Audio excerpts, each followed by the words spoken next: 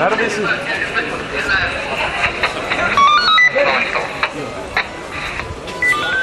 25-64 merkez 25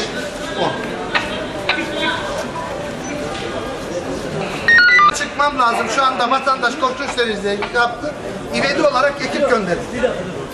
Buradan kardeş kimse girmesin. Kimse girmesin. Girme. Arkadaşlar bir saniye arkadaşlar. Tamam. Parti versiyonu bulunduğu terasi mi buraya? Değil. İl binası.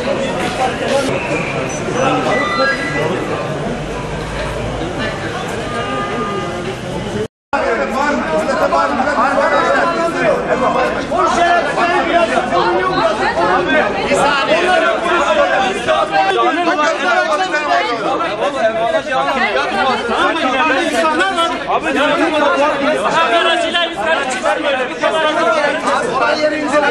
Beraber bakalım. Beraber.